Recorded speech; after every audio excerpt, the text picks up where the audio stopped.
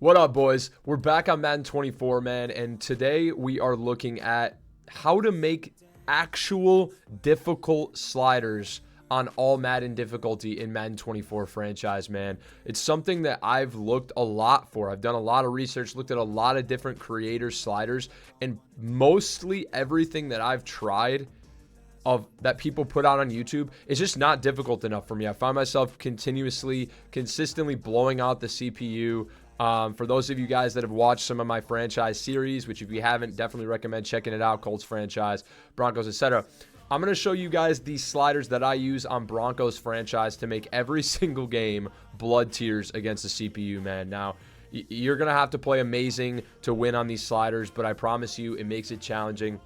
So if you're sick of blowing out the computer, if the game's just too easy, but you don't want to always have to play online franchises and rely on other people's schedules, then these are the sliders and the video for you, man. So let's jump right into it. Okay, so you're going to want to go into the settings from the main menu, and you're going to want to import your sliders from the main screen. Now, there's a lot of different settings you can put on, but again, these are for your sliders that you want to use on All-Madden, and you want the game style to be on simulation, man. If you're playing the games, obviously you want to be, these are sliders for you're playing the games. You're not simulating, you're not running a sim league. You're literally just, you're playing each game like you're playing a franchise. I'd recommend minimum play clock time of 15 seconds. Quarter length is on 9 minutes. It's whatever you want it to be. I play on 9 or 8 usually. Now, starting out with the player sliders, man, we're looking at injuries. If you put your injuries at anything 20 or above, it's going to be near impossible for you to not get hella guys injured. I mean, I kept this on 20 for the start of my Broncos franchise series, and you guys can see, like, we lost Drake May for 6 weeks, our rookie quarterback. We lost Javonte Williams for 6 weeks. You will lose your star players. It will make the game damn near unplayable. If it's anything higher, I think it defaults at 50. It's terrible. Honestly, this is at 20 now. It should be lower. Like, you want to move this down to probably 12, at least 12 at the highest. If you want more of an authentic injury experience, I'd say anywhere or between 12 and 15.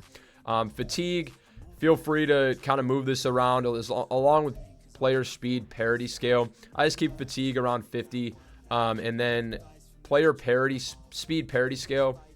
This is it's explained on the right side. I'm blocking it, but I'll explain to you guys. So increase or decrease the minimum in-game speed for players. So it increases or decreases the speed differential between the fastest player in the game and the slow player in the game. So a lower number creates a greater separation between the fastest and slowest players. So like if you lower it all the way to 0, theoretically, then Tyreek Hill versus a defensive lineman, he's going to run away from them, but it also makes the game very, very cheese. So you'd think it'd be more like real life, but in general, it's just not usually, and it makes it very, very difficult to create a realistic experience when you can just call a streak and your receiver's just going to run all the way down the field. You'd think in real life, you're always wondering, man, how the hell does he hawk him down? Well, I keep it at 75 out of 100. I think that keeping it somewhat closer actually creates a more realistic experience. I found at 75, I get really realistic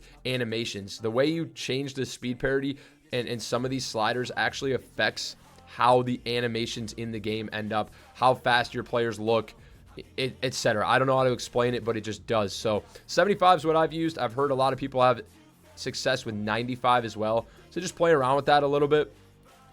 If you want your fast players to be really, really fast and create really big plays, then maybe go lower, below 50, if you want to try that out. Go ahead and play around with it, but I use 75. Now, looking at penalty sliders, man, I mean, you could play around with these. I've looked at a lot of different creators. I just kind of, use the base, but offside penalties, I keep at 50. False start, you don't want to crank those up. Never really happens. So this will kind of ramp it up. Offensive holding all the way up to a 95, just because holding rarely ever happens again. I mean, every now and then, and it happens a lot in the NFL. So face mask, decrease that. Illegal block in the back. Roughing the passer, both kept at 50. Defensive pass interference, I moved down. I feel like that happens often on lob balls. Moved it down a little bit.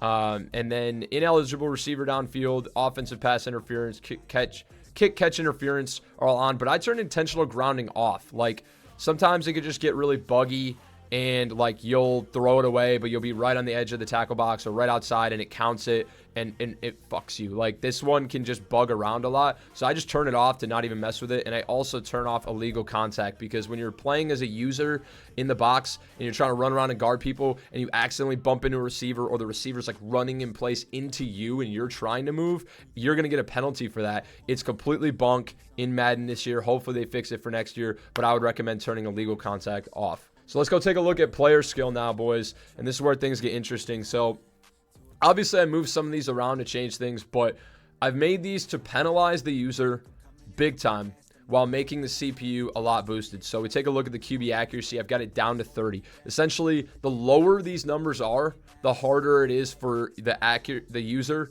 The higher it is, the easier it is. Everything starts at 50, so if I've moved it down for the most part, unless I specify, it's making it harder. So QB accuracy is down to a 30, makes it harder to complete passes. I find, sometimes even with bad quarterbacks, if this is on 50, you might just laser for 400 yards every single time.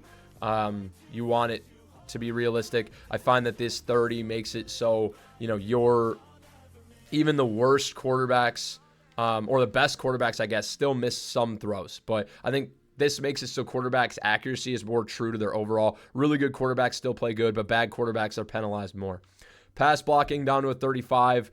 I find the CPU at 50 just really doesn't get that many sacks, so I move this down. Wide receiver catching, keep that about the same. Move it down like 1. You could play around with this a little bit, because wide receivers don't drop the ball all too much. Now, they still will on this through contact, but I wouldn't recommend juicing this at all. Keep it around there, even move it even lower maybe. Run the ball. Running in Madden 24 is so cracked, bro, especially against the CPU. I move this all the way down to 0. I've played around with this a lot, man. A lot with these run blocking sliders. And if you have this at 50, even at 0 sometimes, you'll run for 1 billion yards. Like I found in Broncos Franchise, I use it at 0. I still find myself averaging 5-6 yards a carry in some games. I had a game where I went for 200 yards with Javonte Williams on run blocking 0. It can't get any harder than this, but still, even on these sliders, you're able to find separation. It's very, very tough to make running the ball hard. Running the ball is very easy in Madden 24. So I would recommend 0. I've tried a lot of different things, like I said, and I think 0 is the best authentic experience and the most difficult you can find it. Ball security, 49. You could play around with this a little bit. You make it really low, you're going to fumble the ball more. I think this keeps it pretty authentic. You're still going to fumble sometimes, but not all the time. Now moving on to pass defense, reaction time for the user, and pass coverage, 20 out of 100 for the reaction time. I just feel like a lot of times your DBs just completely clamp the CPU. They're always going to be in a position. So I move this down to 20 out of 100. You can move this down even lower if your guys are. I think I did on Broncos Franchise move it down to 10 maybe. So you can move it down even lower. If you just find your DBs are just like glue and completely clamping, if you're getting 1 billion interceptions a game. Because I also lowered interceptions down to 35. Your guys on these sliders will actually drop interceptions. If you notice they're on 50 or higher, they'll pretty much always catch the football. And this, if they don't have pick artist, they will actually drop the ball. Sometimes it'll just brick straight off your hands. If you've seen my Broncos franchise, I got a guy named Brick Hands Barton, and he literally drops the football all the time on wide open interceptions. It's cost me games, but it's more authentic because it happens in the NFL all the time. There's a reason these guys play defense. So I like this a lot. Play around with it. See what you think. Let me know about those. But rush defense, tackling, keep it on 49. I just think the tackling is pretty decent. If you lower it too much, they'll break every single tackle. The CPU is already going to break a ton of tackles, even on this 49. So I like to keep that there. Then the field goal, keep the power the same. You can crank this up a little bit, but I think even on 50, like you can make 60-yard field goals with some guys. So don't really feel the need to crank that. But the accuracy, I changed a lot because I just feel like it's pretty automatic in Madden, and that's really not the case in real life. So I changed that down to 35. Punt power, kickoff power, both up to 55. Just because kickoff, like in Madden, you rarely ever kick it out of the back of the end zone or way deep into the end zone, and that's pretty much normal in the NFL. So cranked it up a little bit. Punt accuracy I also brought down to 40. Now go and look at the CPU skill. We've juiced them on a lot of different things on the other side. So QB accuracy is up to 75. This is going to make most quarterbacks throw much, much more accurate. Not many incompletions. Sometimes robotic and sometimes a little bit unrealistic. But honestly, if you make it any lower, the quarterbacks are just too easy to stop, in my opinion. When I play, and I'm a pretty good Madden player, I like to pride myself, but if you play with this on 50, you might get a shit ton of interceptions. Quarterback might miss open throws. Like, I like this up at 75. You could put it even higher. Pass blocking at 50. I think the CPU pass blocking is pretty solid. You want a chance, if they're getting boosted accuracy, you want a chance to get sacks, though, still. So I like to keep this at 50, 49 for catching, just like we were. Run blocking for the CPU is up to 70. The CPU runs the ball very, very well, too. If you've seen, go watch my video on the Panthers game in Broncos Franchise that literally were human cyborgs and ran for 300 yards against me. Just the last Ravens game, Derrick Henry went absolutely ballistic against me. So it makes it really, really tough to stop. If you lower this, if you're having trouble against the CPU, you could lower this, play around with this one, but this is where I like it at 70, make it really challenging. 40 for ball security. Just want to make it, I feel like the user fumbles way more often than the CPU. I feel like the CPU almost never fumbles on All-Madden Sim. So I put this down to 40. Reaction time for defensive backs, I've got up at 90. You could put this even higher if you're finding that you're just throwing for 100 yards, or not 100. You're throwing for like 400, 500 yards a game with ease and 7 touchdowns. Crank this up big time. But I did penalize them with interceptions just like we did with the user. I think it's just way too easy to intercept the football for the CPU.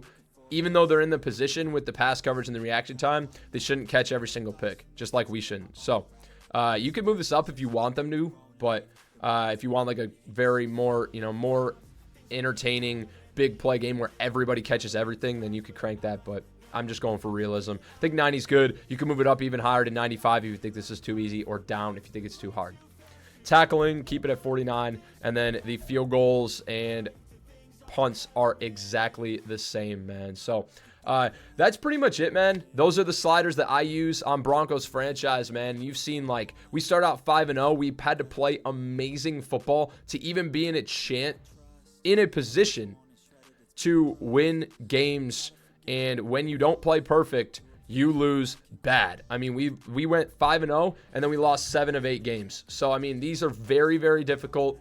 Minor tweaks here and there, but these are kind of like the base of my sliders, man. So you guys check these out and let me know what you think, man. Did these work for you? Did this video help you out, man? If it did, make sure to drop a like for your boy, because I put a lot of work into Madden 24 this year. A lot of work into studying sliders. I'll do the same in Madden 25. Love playing offline franchise. I think it's so much fun. Now, once you've set up your sliders in the main screen, it saves. You're going to go to your desired franchise that you're in, that you want to upload the sliders to, franchise settings, gameplay sliders here. And then you're going to click Y on import custom sliders and say yes, man. And then you see right here, man, it immediately imports the sliders that I just set up in the main screen. For some reason, this is just much more consistent to get your sliders in. That way you have it on the main screen. You don't have to, every time you do a new league, you don't have to go in and constantly change it manually. If it's on the main screen, you just import it to every single league that you want to do. So it's just easier to do in the main view and then import it in. It just seems to be a much better way to do it, man. So that being said, boys, that is how you set it up, get the sliders into your league, and now you're good to go. Check these out. Let me know in the comments how they work for you, and I'll catch you guys later. Peace.